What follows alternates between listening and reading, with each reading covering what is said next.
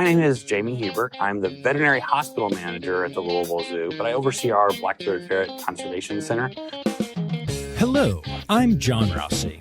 I'm a touring drummer with a passion for animal conservation. When I'm on the road, I spend as much time as possible visiting zoos, aquariums, and conservation organizations. Now, I want to share those places with you. I'll be talking to keepers, vets, conservationists, anyone who can help me in my mission of connecting my people to animals through their people. Join me on my Rossifari. Hi, hello, how are you? Welcome back to the Rossifari podcast. All right, y'all, so if you've been listening lately, you know that I've been talking a lot about the fact that we started a Discord where those of you who are the real heavy fans can duck in and talk about these interview episodes and about zoo news episodes and share zoo news and just talk about animals and things and be a community. And we recently started talking about black-footed ferrets in one of the many conversations in there. And so I thought to myself, since that's such an exciting topic, and since the people in the Discord are so excited about black-footed ferrets right now, I'm going to go ahead and drop my episode from the Louisville Zoo talking about their black-footed ferret conservation efforts. And even though it wasn't quite time for this one yet, we're gonna skip ahead and we're gonna do this one so that the people on the Discord can have some fun learning about black-footed ferrets.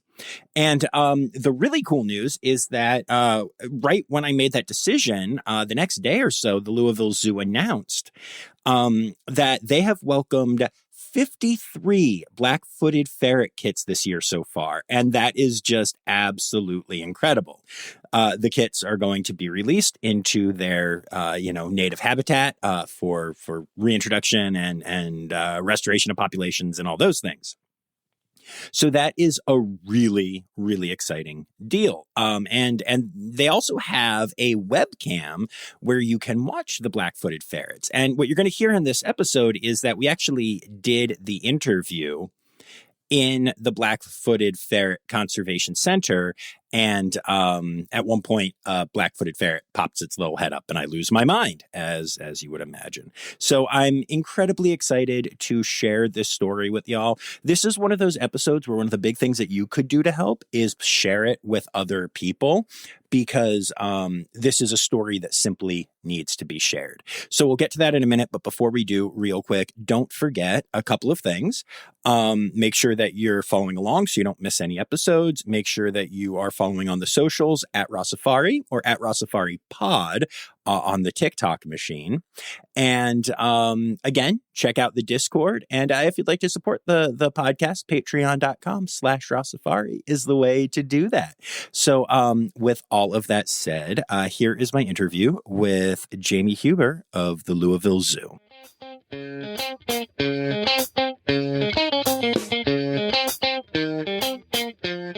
So we are right now inside our black-footed ferret conservation center. Ferrets are in a separate room. We can see them through glass, but we're here in the office area and observation room where we manage our ferrets. Yeah, very cool. And so the story of the black-footed ferret is a challenging one, and is, I think, has become a really amazing tale of the conservation work done at zoos and everything. And so your job today is to impress all of my listeners by sharing all of that.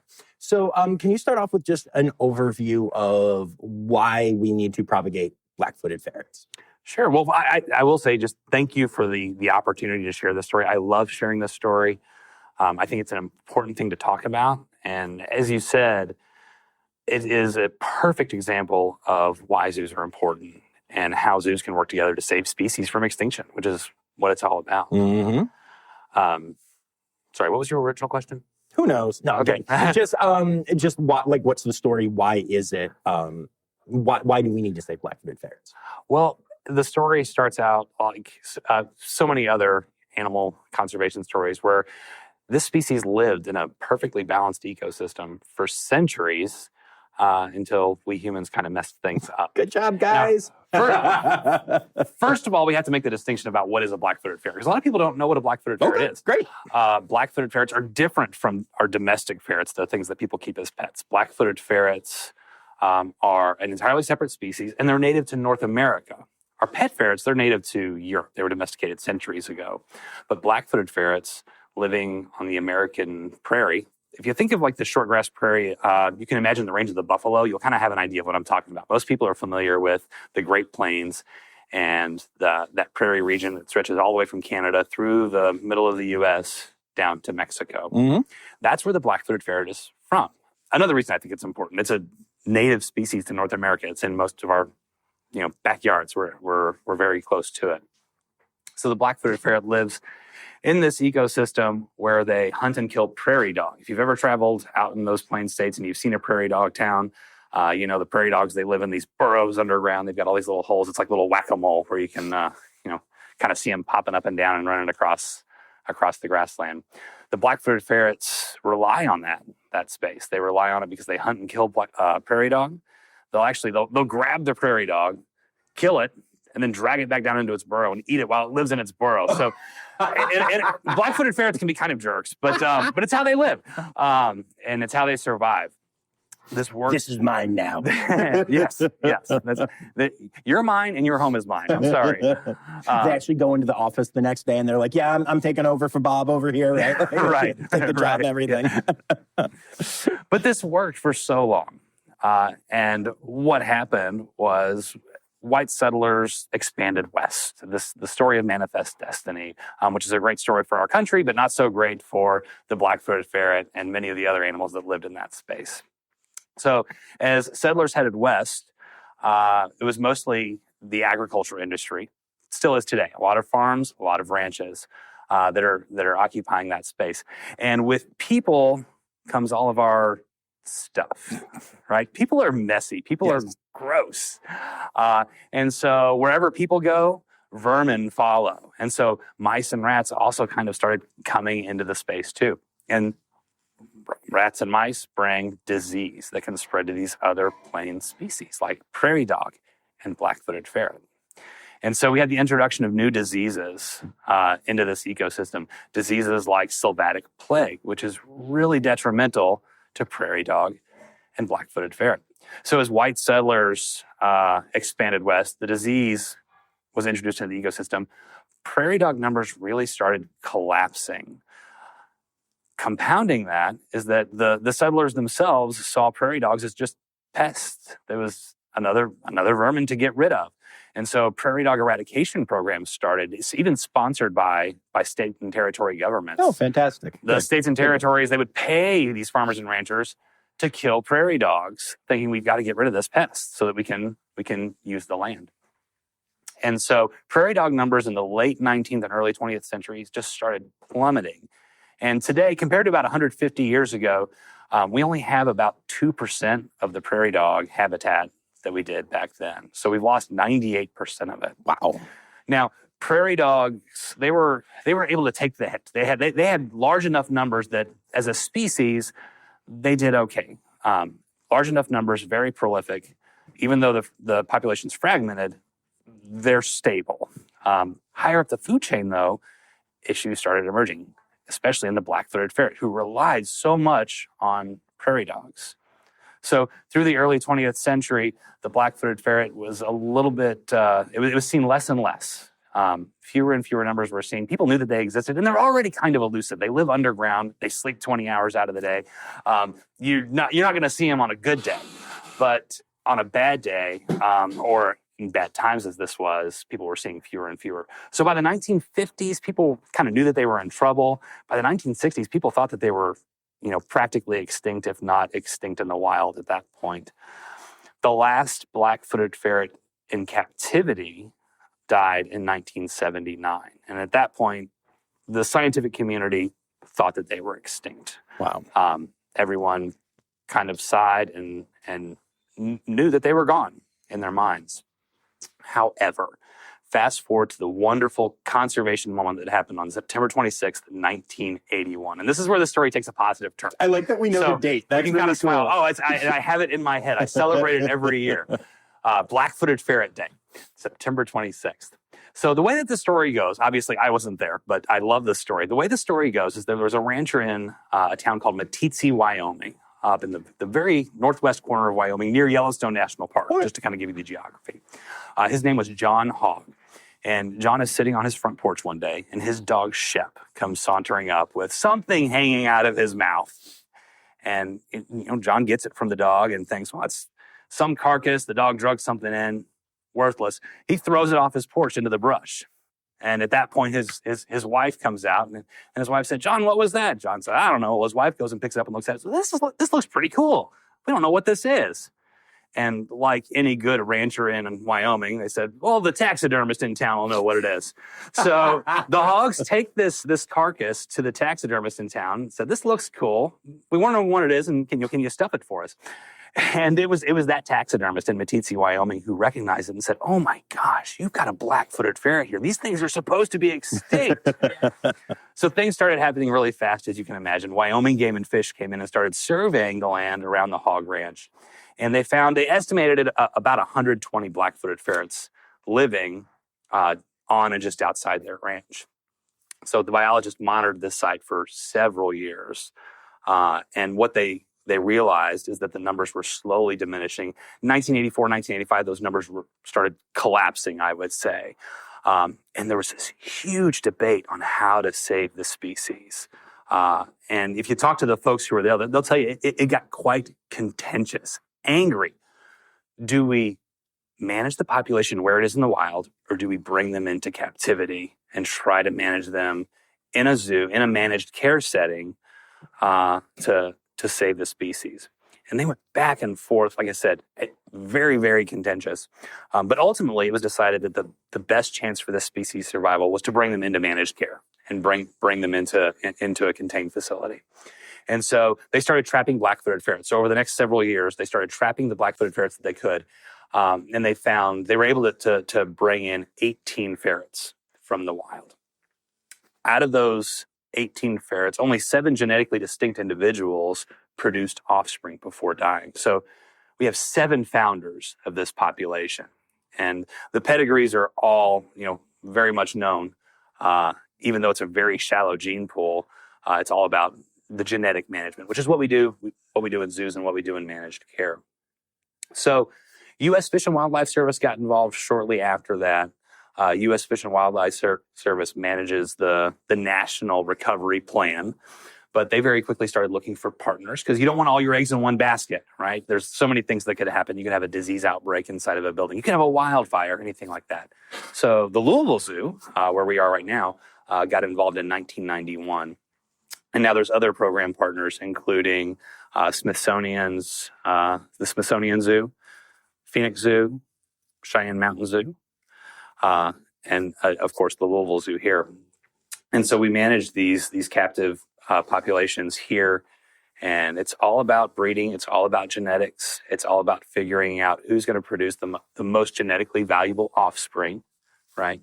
And what we'll do is we will breed them here, and with the goal of releasing them in the wild. So that's kind of the story of the ferret and how we've gotten to where we are now. Yeah, I love that. That's really exciting. It obviously opens up a lot of questions. The first of which is, most of my listeners know what an SSP is and understand the idea of genetic tracking through populations for sustainability.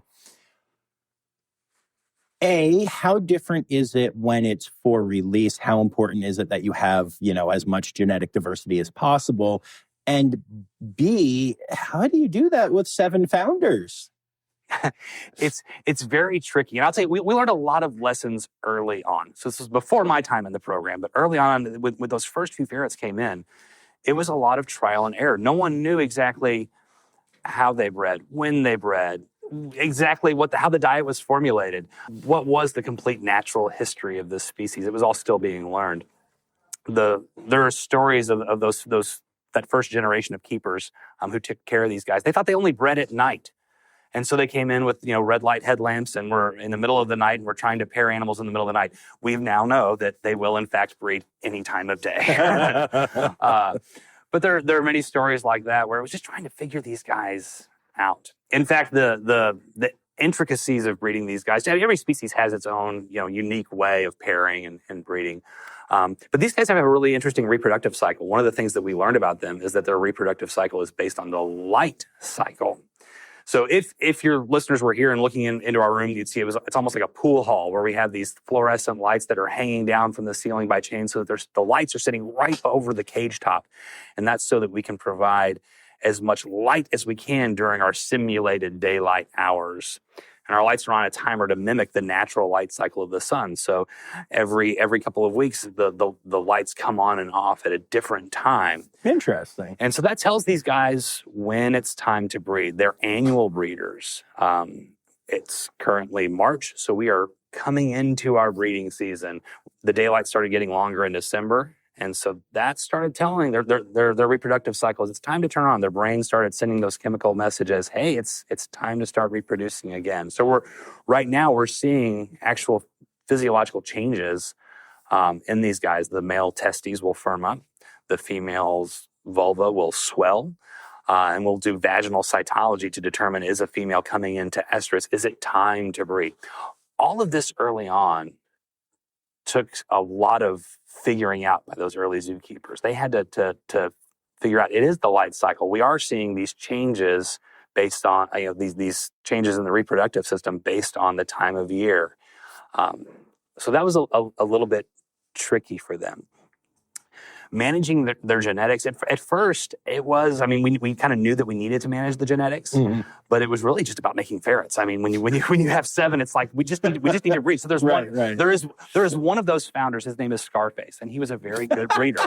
And so early on, this male became very overrepresented in the population. And now everybody has every one of our ferrets have a lot of Scarface in them. Because there's once you kind of go down that road, you can't go back. You can't take those genetics back, that genetic representation out of an individual. So now all of our ferrets have just a little more Scarface than anybody else. But we use the same tools that, most other zookeepers use. We've got certainly the PMC that helps us make these determinations, and we have reproductive advisors and all the different, computer programs, MateRx and things that'll help us create kind of a spreadsheet to figure out who's the best pair.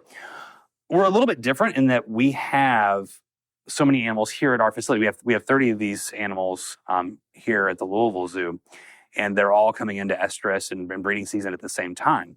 So it's not, we don't have to come up with necessarily a breeding and transfer plan for every individual pairing. We can make pairing decisions kind of on the spot. So if we have a male who's ready to breed, we have a female who's ready to breed, or if we have multiple females who are ready to breed, we can look at our charts and figure out what's the best male to put her with and make that decision kind of real time, as opposed to looking way down the road and setting up transfers to make it happen.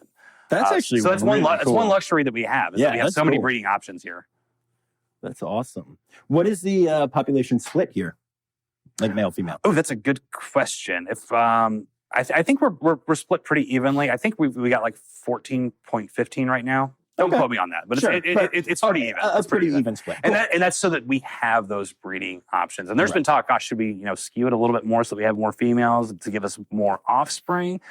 The problem with that is that you don't always have males ready to breed who are good genetic matches. So we want to have that flexibility built in. No, that makes a lot of sense. And that's actually like talking so much to SSP coordinators and stuff like that and stud bookkeepers. The idea of not having to figure out transfers and argue with facilities over who's going where and stuff like that actually is a really nice benefit. And again, this is a different thing. This is a program for reintroduction. The SSPs are not that. But yeah, that's really cool. I'm curious, how much will they just breed with each other, like no matter what? Is there like, because some species are very picky, especially the females. These guys they usually get along. Okay.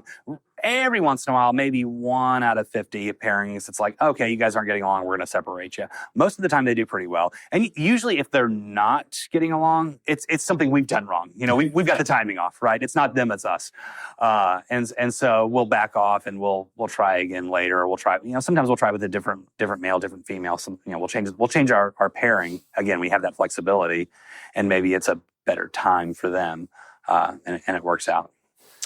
That's cool. But we don't really have bad behavior breeders. Now, of course, we have some males who are not sperm producers, for instance. Right. But when it comes to the compatibility, usually they'll get along when we pair them. Cool. We pair them for 3 days. We'll put a male and female together. We'll make sure there's no fireworks there at the beginning. And usually, if there's no overt aggression over the first few minutes, they'll be fine. We'll leave them together for 3 days. We'll do sperm checks, is what we call it. So we'll actually do a vaginal flush post-breeding and check that sperm was, we did have good intromission and copulation. And so we'll make sure that there's sperm in that vaginal vault. And then we'll know that we had a good breeding. All right. Very cool. When do you just, okay, so after we've done that flush, we know that there's a baby, we go through the process, and now we have baby ferrets, right? Yes. How do you decide? First of all, I'm seeing pictures of them and they're like pure white and they're the cutest thing I've ever seen. And so first of all, how do you not steal them? No, I'm kidding. I know how you don't steal them, but they are really cute. When they're about 30 days old, they start getting the mask, that black-footed ferret mask look on them, and oh gosh, they're just adorable. That's awesome. You can't get enough of them. But what I'm curious about is, from my math, there are 3 things that can happen. They can go out to reintroduction or introduction, since they're new animals. They can go into the breeding program, or I know a lot of facilities that have black-footed ferrets as exhibit animals to teach this story. So how do you determine which path each individual gets to take? So our first goal is maintaining the managed population, because that's the arc. That has to stay viable, right? So we're going to take the most genetically valuable individuals and keep them in the managed population, and that they'll go into the SSP, right? And they will be a part of the upcoming breeding and transfer plan, which we do annually. We'll call them the extra animals, the animals that they may still be genetically valuable. Maybe they're overrepresented, or animals that are aging out of the breeding program. And we need to make room for some of the younger stock to come in. Those are the animals that will go out for release into the wild. The animals that are on display at zoos, at nature centers, at state parks, et cetera, these are usually retired breeders who are non-releasable for various reasons. They could have a vision deficit. They could have broken teeth, where they just we wouldn't expect them to do well in the wild. We're not going to set them up for failure. So they'll be held back for a display facility. Okay, interesting. So, I'm a little surprised by that. Not in a bad way, but just in a that it's more focused on the managed population at that point. I would have gone into this assuming it was more just like breed, pop them out into the wild and see what's happening. So how many, roughly has the zoo released? The zoo has released over 800. Okay. So we're talking big numbers. We're talking big numbers. Okay. Every year we'll have between 30 and 60 born just at the Louisville Zoo. It's I think 200 to 300 in the entire managed population community, and only about a third of those get held back for future breeding. So right. about 2/3 of what's born every year are released. We've currently got about 34. 30, I think it's in the 30s, 30-ish release sites, throughout those plain states, and those are managed by various organizations. It might be a tribal agency. We might be releasing on tribal land. It might be state biologists who have a managed site. The National Park Service is a great partner, and all of that's managed by the U.S. Fish and Wildlife Service Recovery Center and Recovery Coordinator. But they're really good about making partnerships between the managed care facilities and these various field sites managing ferrets in the wild. Right now, I would estimate there to be 250 or so animals living in the wild, spread out among those release sites. Some of them do better than others. Sometimes it just depends on the year. Drought, can play a part. And disease is still the biggest obstacle to these guys surviving in the wild and managing disease in the wild. Wow. Okay. And did you do any kind of monitoring or tracking of the ones that get released? We don't at the zoo, but it is done. Okay. It's done by those field site partners. Right. So whether it's state biologists, Park Service employees, I think the Smithsonian has some field biologists who work out in the field. There's also a lot of NGOs. Prairie Wildlife Research is a great partner with black-footed ferrets and helps us manage sites and conduct surveys of how are ferrets doing. And we're not just looking at ferrets. That's the important thing. You got to look at the entire ecosystem because that's what keeps ferrets healthy. So field site partners are, of course, conducting ferret surveys, but also looking at prairie dog habitat and the prairie dog population. As I mentioned, disease is the biggest detriment to their success in the wild. And it's not the diseases that black-footed ferrets are catching, it's the diseases that prairie dogs are catching, especially sylvatic plague, which we don't think about so much because we have antibiotics in human medicine that can treat that really easily. And it's honestly pretty rare that humans become sick with it. But in wildlife populations, it's still a big deal. Now, if you remember back to your seventh grade social studies and European history, plague is spread by fleas that travel on rodents. Right. We a lot of times associate it with rats, but it can travel through all kinds of other species too. Fleas living on animals, right? Including prairie dogs. And so what will happen is we'll have plague that's introduced into one of these prairie dog colonies, and prairie dogs get sick really fast. It spreads like wildfire in these prairie dog colonies, and we'll see prairie dog colony collapse, where all of a sudden prairie dogs are dying by the hundreds or thousands, and that's when you can get black-footed ferrets in trouble really fast at these field sites. So what the field site partners do to control plague is to control fleas. And so there's many different tools in the toolbox to control fleas. One of the most common ways is to use fipronil dust inside prairie dog burrows. So what you'll see is field biologists going out into these prairie landscapes on the back of an ATV, and they're visiting every single prairie dog hole. And if you've ever traveled out there, you've seen all the little whack-a-mole holes. Every hole, every burrow, and spraying fipronil dust into these holes. So as the prairie dogs go in and out of the holes, they're getting coated with fipronil dust, which kills the fleas, which tamps down the flea numbers and the plague. Wow. That's entertaining. It's very labor intensive. Yeah, it sounds like it. To manage a site with black-footed ferrets, of course, there's a number of, you got to have so many acres of prairie dog habitat, and there's so many hours it takes to treat an acre of prairie dog habitat, and it adds up very fast. So it takes a lot of labor and a lot of that fipronil dust just to manage the disease on these sites. Very cool. So I have to ask,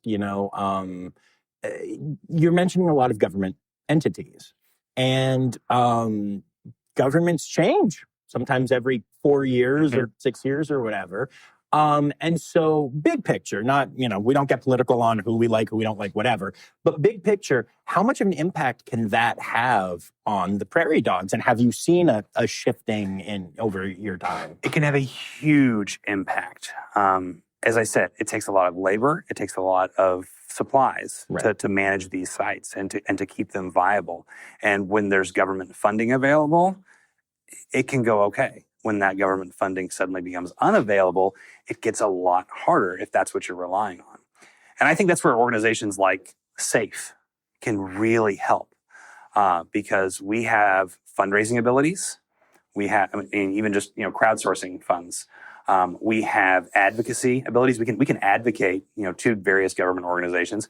We can connect people. We can connect NGOs, government partners, the tribal lands, like I mentioned. We can provide those connections to maybe create a stable source of income and supplies and funding for these sites. Yeah, no, absolutely. I mean, I'm involved with two SAFE programs, Red Panda and Tree Kangaroo, and it's so cool to be able to impact, conservation in the field directly through stuff like selling hoodies and stuff like that. Right. Like it's not a side that I would have thought of before I joined this world that matters, but it does. It has a huge impact. What kind of stuff does Safe Black-Footed Ferret do to help this wild stuff? Well, I'm going to be honest. I think we're a lot of safe programs where we're just getting started. Okay. We see all of this opportunity. We see all of this potential, and we're trying to wrap our heads around how can we implement and engage with folks. We had a great opportunity this year. A lot of people like Girl Scout cookies. You like Girl Scout cookies? Oh, yeah. Yeah, Girl Scout cookies are good. Yeah. We found out kind of by surprise that the Girl Scouts of America, Girl Scouts USA, chose the black-footed ferret as the 2026 Girl Scout cookie mascot. What? I didn't know that. Very cool. So Yes, cool. Nationwide, and they did that kind of independently on their own. They didn't coordinate with us at all, and so we were pleasantly surprised. And so we were able to mobilize very quickly. We have an outreach coordinator, like most safe programs do. We have our conservation partners kind of ready to go who can engage with Girl Scouts, and so we were able to connect really quickly with the national organization and with local Girl Scout councils to provide programming and resources so that these Girl Scouts could not just see the cute black-footed ferrets as they're selling cookies and learn the natural history, but they can engage with the conservation story as well. And so especially in these Western states where we've got field partners connecting with local Girl Scouts and getting them excited about the black-footed ferret. So I think that's another thing that SAFE can really do with their reach and with their partnerships is generate this advocacy. Yeah, no, 100%. That's really cool. Yeah. That's really special. I'm always amazed just kind of in this realm how Taylor Swift mentions or wears a shirt from Monterey Bay Aquarium, and all of a sudden $2 million are raised for sea otter, stuff. Where the Girl Scouts decide, oh, hey, we're doing black-footed ferrets, and all of a sudden you guys are sharing a conservation message, and it's just the almost randomness of it, is really fascinating. I remember when Turning Red came out, the Pixar movie about red pandas, we were all very excited about the opportunities that could present. And then the movie kind of bombed. And I had a whole series of articles written about stuff. At least people were talking about it. Yeah, they were talking about it, all right. But it was really funny, though. I mean, I had a whole series of stuff prepared for it. And then it bombed and went away. And I was like, okay. But, And I think... I imagine that you were probably reactive. You guys heard this movie was coming out and you thought, here's an opportunity. Let's prepare some stuff. And just like we were with Girl Scouts, we heard that Girl Scouts was chose black-footed ferret as the mascot, and then we reacted. I really hope we can get to a point where we can be more proactive with all of our safe programs. So if Disney had reached out to Red Panda Safe prior and maybe package things a little bit differently, their movie may have done better. I don't know. Yeah. And certainly would have made our Girl Scout program rollout a little bit smoother if we were able to work with them a little bit more proactively. So I think if we can get ourselves out there as AZA programs and be a little bit more less internalized. We think about working with each other so much. We forget our external stakeholders. And I think if we can get more externalized and work with these partners proactively, we'll do a lot better. Definitely. I don't work at a zoo or anything. I have this podcast, so I'm kind of in this world, but I'm a professional musician. That's my job. Yeah. But because Nikki Boyd at San Diego knew me and had been on the podcast and stuff, when she launched Safe Red Panda, she brought me in as a partner. And I'm an internal guy now, but I have all those connections and I look at things in a different way. And I have been pushing a lot and we've done a lot of things. And it's the same thing, like what you're talking about, trying to be more proactive about things. And I was just at mid-year talking to people. And one of the things I encouraged was look outside your zoos. Right. Look inside your zoos too. The expertise there is amazing. You'll find people that have these connections. Yeah. And then you get those connections established beforehand, and then you can just hit the ground running. And it's it's just like what I was talking about earlier with black-footed ferrets. We learned so much there in the beginning, and it's like if only we had known before. Yeah, exactly, right? Yeah, very cool. I'm excited that there's a safe program for black-footed ferrets and that all of this seems to be going so well. It's so cool actually seeing one of, oh my gosh, it's a black-footed ferret. Oh yeah, they'll come pick their heads up here pretty soon. Yeah, there's one bouncing around right now. This whole time I kept looking over my shoulder to see if I could see one, and there So good. We're looking at a black-footed ferret named Pocket Shark right now. They all have house names. You got to give them house names. Of course, yes. Oh my gosh! And I find myself wondering how much of Pocket Shark is Scarface. These names are fantastic. Yeah, and I'm sure if we looked in the stud book and on our computer systems, we could figure out the percentage. But yeah, no, I just like the names. But look at them; they're so cute. They are such a charismatic animal. It's unbelievable. Well, and what surprises me still is so many people have no idea about them. They've never heard of them. They have no idea that there's a native ferret species here in North America. But gosh, they're adorable. Yeah. And like you said, they're just so charismatic. And they're such an important part of that ecology and that story of the prairie ecosystem, which is one of the most endangered ecosystems on the planet. I mean, you think the rainforest is bad? Look at the shortgrass prairie, and it's right here in our own backyard with amazing stories like the black-footed ferret that people need to know about. Yeah, absolutely. So, how can people help this? Because so far it all sounds very much like you're hiding in we're hiding in a zoo, and so how can the average listener, the average person, help this program? Well, first of all, share the story. Let people know about black-footed ferrets. This is one of the reasons we were so excited about Girl Scouts, because we have so many young people learning that these animals exist. Yeah. Share the story. There's a great website, blackfootedferret.org. It's run by the Friends of the Black-footed Ferret, who works with the recovery group. And there's lots of ideas on that website that you can see. If you feel inclined to donate, there's a great way to donate through that website, and that helps fund those fipronil dusting and the management of field sites, which I think is the most important way to help this animal recover in the wild. Okay, very cool. And then it is time. It's time now, don't you know? We've come to the end of the show. But there's one tail left to go. You're gonna laugh and say, oh no. It's time for the Rossifari poop story. Okay, well, since it's called a poop story, I guess what I think of is the time that our manure collection truck broke, and so we were removing all of the manure in the park by hand. And we were loading it all onto a big dump truck, including elephant and rhino and all the big poops. And we had to dump it out by hand. And I think there's a big picture of me standing on top of a 3-ton pile of poop. It's floating around somewhere. So that was. It wasn't really gross, but it was an experience in my poop story. And also anything with maggots. I don't do maggots. Fair. Maggots are gross. So Fair. we've had, our fair share of maggot stories out here. Awesome. Thanks for taking the time to do all of this. Thank you for helping me share the story.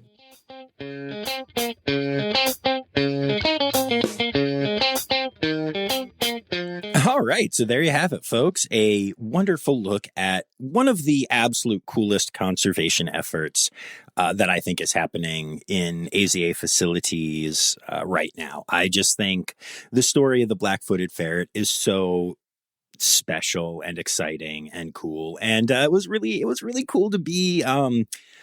Not to be that musical theater guy, but it was really cool to be in the room where it happens and to actually get to see one of the black-footed ferrets that is, essential for the growth and sustainability of this population. Very cool, very exciting stuff. So yeah, we will be back on Friday with a new episode of Zoo News. But before we get going, I want to say thank you to you all for listening.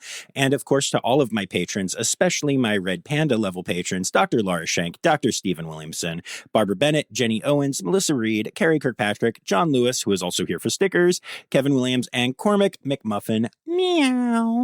Until Friday, remember, friends, the word credits backwards is Steiderk. The Rossifari podcast is produced, hosted, and engineered by John Rossi. Editing and fact-checking by John and Dr. Zoe Rossi. Our theme song is Sevens by Nathan Burke, performed by Nathan and John. Interrupting John theme and additional voices by Taylor Isaac Gray. You can reach John directly on Instagram and Facebook at Rossifari or by email at rossifaripod@gmail.com. Rossifari is part of the Daydreamer Media Network. Now, stop listening to me and go visit a zoo.